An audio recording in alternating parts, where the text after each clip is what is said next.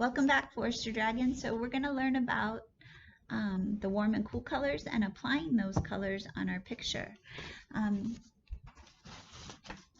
When we first started this project and we were working on our active and our calm lines and showing movement like I did in the skirt, or keeping it calm and they're standing still or sleeping or whatever you decided to do. Maybe you did yours like this and your monster is like sleeping all funky. I don't know what you decided to do with your funky fun monster. So now we're going to apply the color. So there are 3 warm colors, which are red, yellow, and orange, and 3 cool colors, which are blue, purple, and green. Our warm colors give off heat and warmth, and they come at you. They look like they're popping out at you. Whereas our cool colors, our blue, purple, and green, look like they're moving away from you, and they give this sense of cool and calm, and they recede from you. I'm going to show you up here real fast too. So we're going to come over here. So those warm colors, red, yellow, orange, and those cool colors, blue, purple, and green.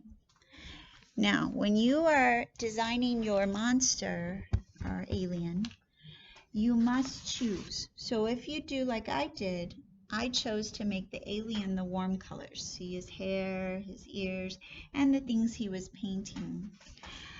If you choose to make your alien the warm colors, then your background has to be the cool colors. But if you make your alien the cool colors, blue, purple, and green, then your background has to be the warm colors. You got to do one or the other. They have to be opposite.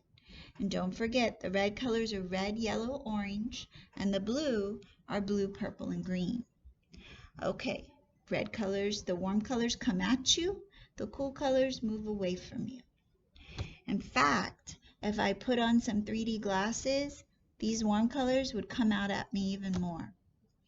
So, now, Ms. Eskew colored her monster and the things I drew, like the paint and stuff here, with crayon. And I did the background with watercolor.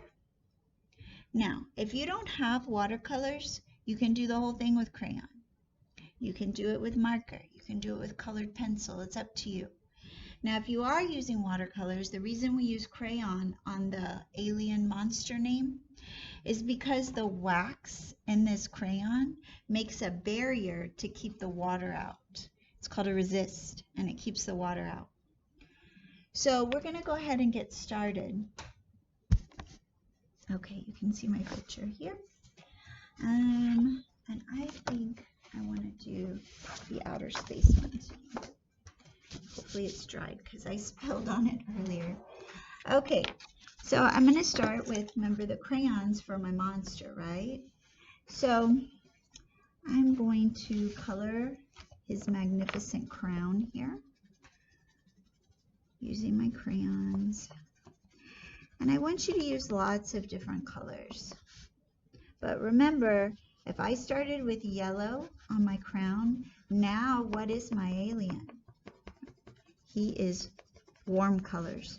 So what does my background have to be? That's right, cool colors. Well, if you answered cool, that's right. So I'm gonna keep coloring.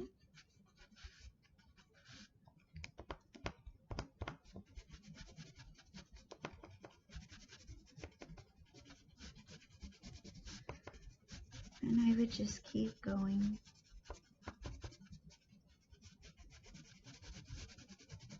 Okay. Now, there are different shades. So this is kind of a different shade of yellow. It's golden, and then I've got regular and different shades of red. And then I have my other warm color with the orange. And you might want to lay them out for you so you don't get like confused and use the wrong color. So I can use any shade of the warm colors, those red, yellow, orange, to color my alien here. I'm going to I like lots of colors, so I'm going to start with an orange on his little outfit or her little outfit here. And I'm going to add some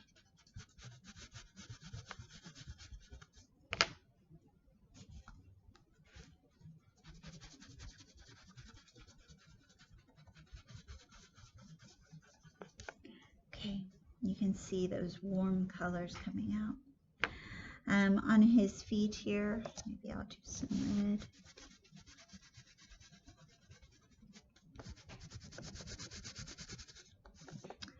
And then on his hands.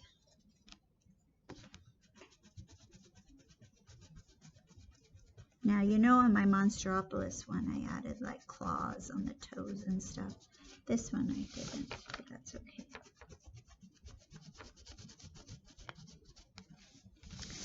Okay. So maybe I'll give him some red nostrils, kind of a pinky red on this one. And then, now my gray is a neutral color, so it goes with anything. So I'm just going to paint a little, or color a little gray inside the mouth, just to give it some shadow in between the teeth. And my glue is still wet, so mine's kind of not coloring as well as I want there, but that's okay. Up here, warm colors, remember? So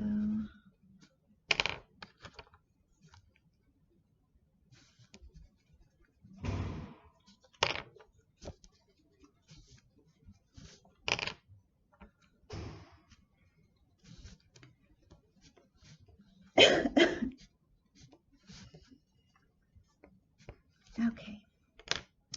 Now I just have these fluffy ear things, and I'm going to do like I did on the outfit.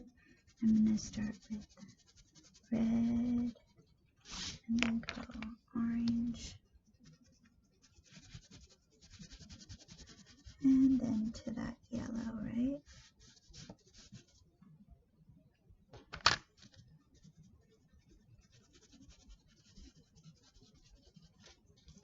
And I'll do the other one the same. So I start with the red.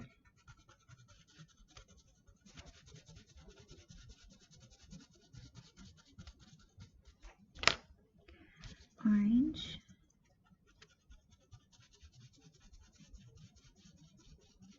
And then yellow. Okay. Okay. Now I'm going to color the other things I drew, so the planets and things like that. But I want to keep those cool colors. So I'm going to, unless it's something that is connected with your alien name, like I spilled paint from my other one, so I let the paint be one warm color, but the majority are all cool colors. So I'm going to use some purple here, color this planet.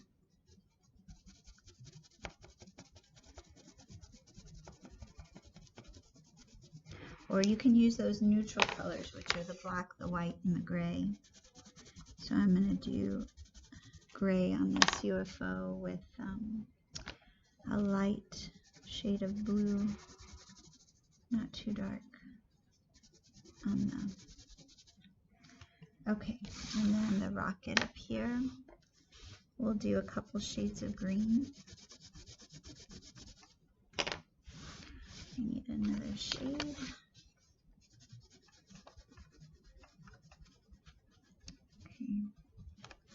Use silver, and then some blue.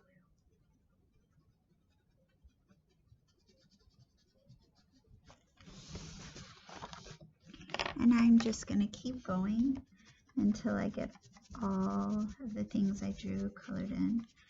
This one right here is really big, so I'm going to start. I use more than one color, and you can use more than one color on all of them.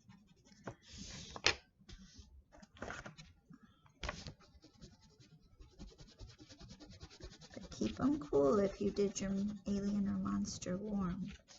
Don't forget. Okay, let's see.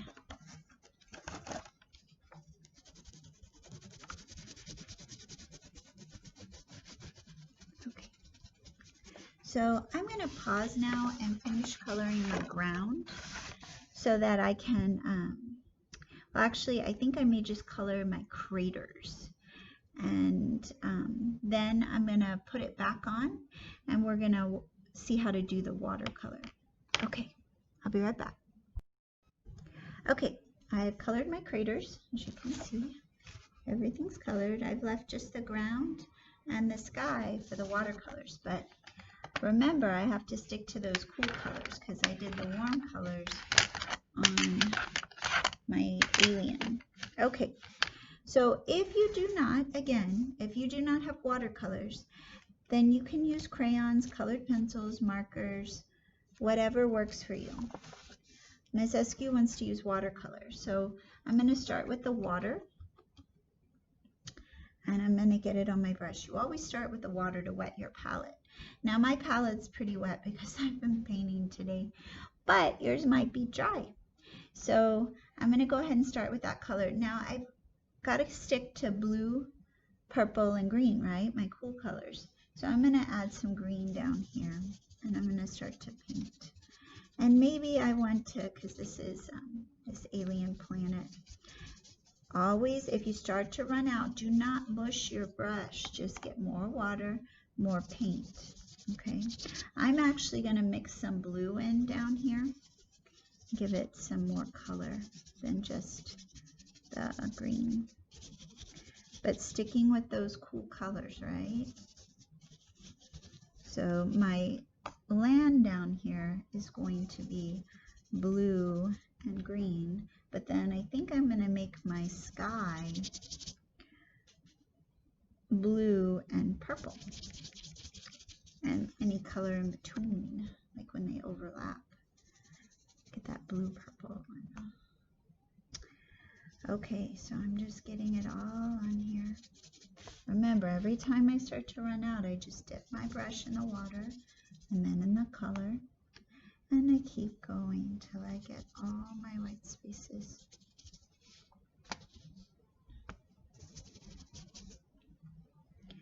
So I'm going to go ahead and pause and then show you the sky in just a minute. So you can see I finished the ground, right? Now I'm going to work in the sky. And even if you're using crayons or colored pencils, remember, use all three of whichever color you're using, cool or warm. But it has to be opposite from your monster. So if your monster's warm, your sky is cool. So I'm going to blend up here. I used the blue and green on the ground. Up here, I'm going to use the purple and the blue. So, okay. And then I would just keep painting till I filled all my white spaces. Okay, I'm going to pause it. Okay, so you can see I finished the cool colors in the background and the warm colors on the alien name. And you see how the alien pops out at you. Okay, you guys, I hope you had a good time, and I'll see you next time for the next project. Don't forget to post and let me see it. Thanks. Have a good day. Bye-bye.